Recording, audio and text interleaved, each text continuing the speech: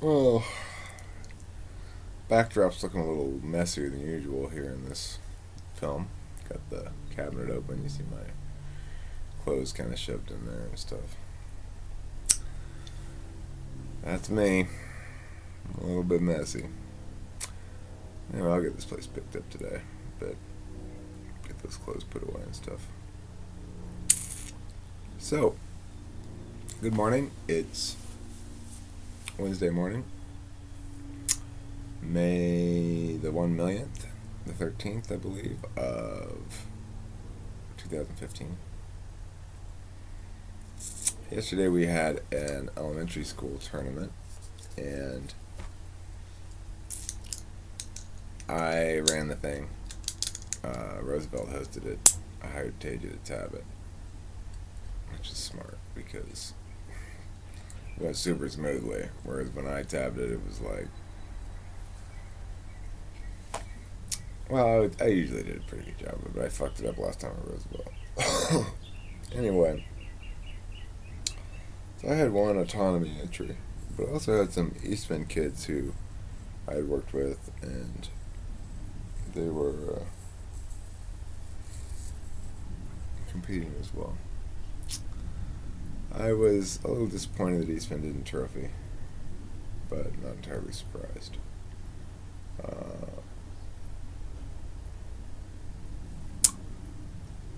What I am also not entirely surprised by, but very happy about, is that Lyle and Edmund won first place again. So that's pretty satisfying. Anyhow,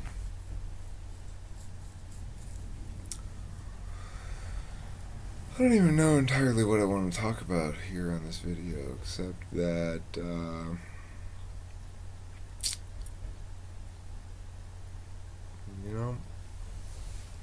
I got to deal with a lot of conflicts in my life. Inner family stuff mostly.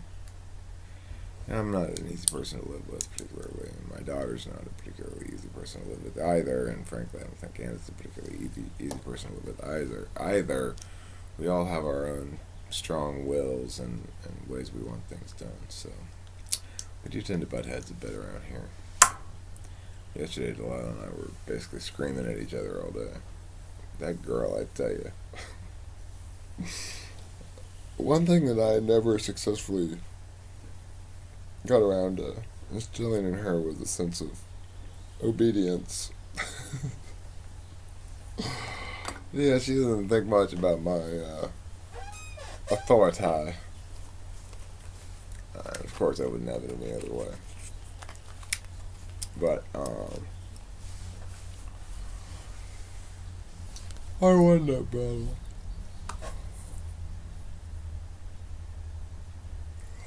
Sometimes I'd say she could be a little unfair with me. Sometimes I'd say my wife can too. But I will certainly concede that I can be unfair with them as well. I think that's really what it always boils down to in life. In this conflict is that there's some perception of unfairness. Sometimes it's legit, sometimes it's not.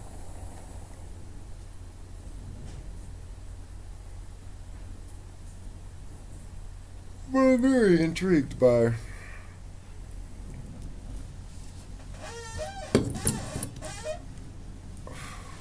ways in which people deal with one another. You know, when you're in a relationship for a long time, well, it's just as with identity. You know, a relationship has its own identity, and it, like an individual's identity, is comprised of all the experiences theretofore. So, you know, when you're in a long-term relationship like me and Candice, and we've been together for like 13 years, well, you end up with a lot of baggage. You end up with a lot of bad habits.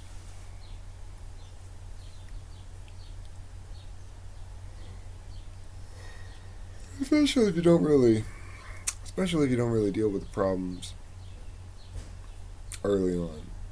You know, and I think it's fair to say that in my relationship,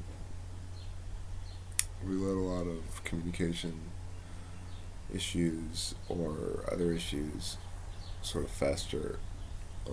Probably all on me mostly because I was, interested primarily in avoiding active conflicts.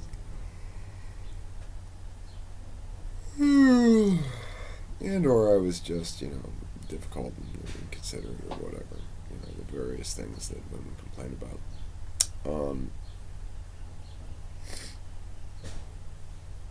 But yeah, it's really boils down to fairness, right? I think that when my wife and I have conflict, most of the time it's because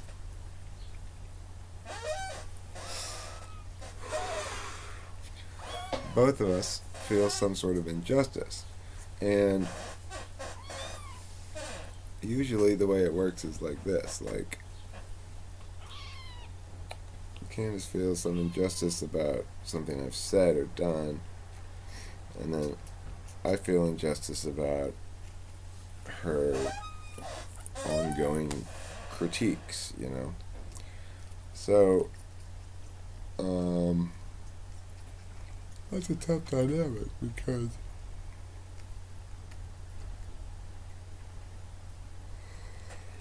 I think, well, for one thing, I think she's kind of locked into, we're both kind of locked in, we both are for sure, locked into an old worldview, like one that's not really applicable anymore, one in which she's super controlling and I'm in need of controlling. But the elimination of alcohol from my life meant that I needed a lot less management from others. I was more like an adult. Want some more of this bottle, Kitty? No? Okay.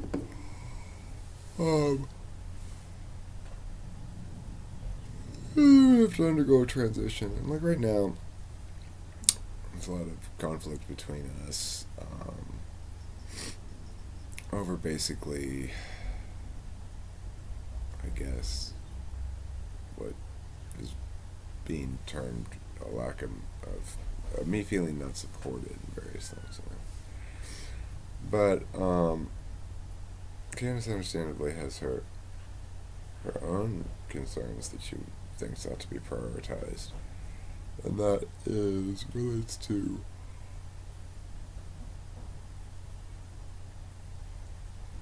my tone usually, or the way in which I talk to her, or my approach to things, stuff like that. At any rate, it's an odd sort of conflict that we have because we're not really fighting over anything specific. We're fighting over fighting, basically. We're fighting over, well, you said this, and then I said that, and then you said this, and then I said that, but that's not fair because blah, blah, blah, blah. Like that shit, We're not even fighting over anything real. We're fighting over how we talk to each other, how we resolve conflicts. It's a strange thing to fight over, right? If you're having conflict over how to resolve conflicts,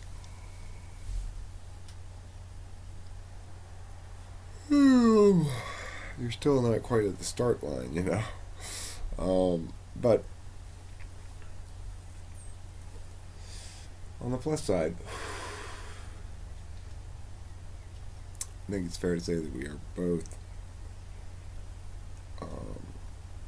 in the process of sort of actively changing, growing, becoming different people, I guess better people.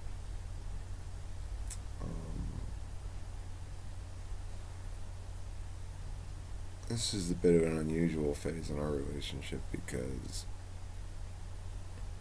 historically, I guess, the dynamic's been a little bit different, let's just put it that way. And at any rate, one thing that I love about my wife and my marriage is that neither of us are quitters, right? I mean, we both, if whatever happens between us, it's going to get our best effort, you know? So, and I think there's a higher probability that it works out than anything else, but we'll see what happens. Oh, kitty, meow meow. Oh, that's a little update on my marriage, I guess.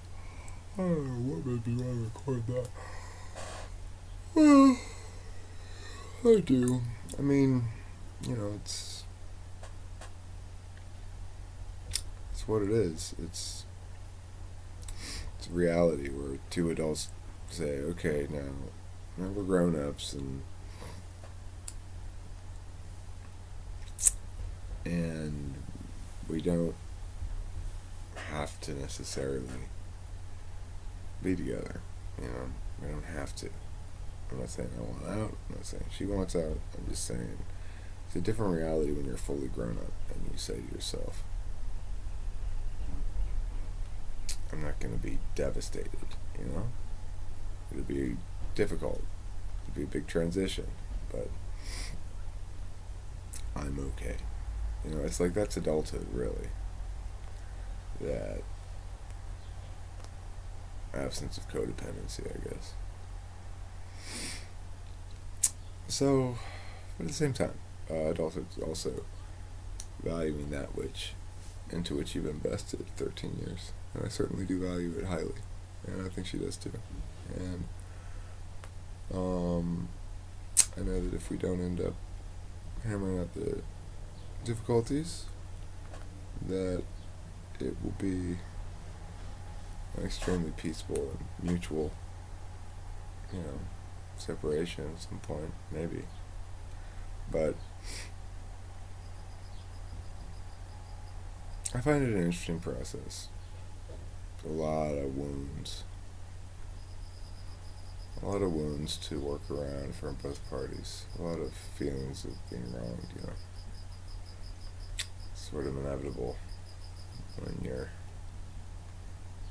part of a partnership that's that close for that long. Yes, kitty meow meow. You know what I'm talking about. You want to say hi to the camera? No. Look. Hello, kitty. I'm kitty meow meow.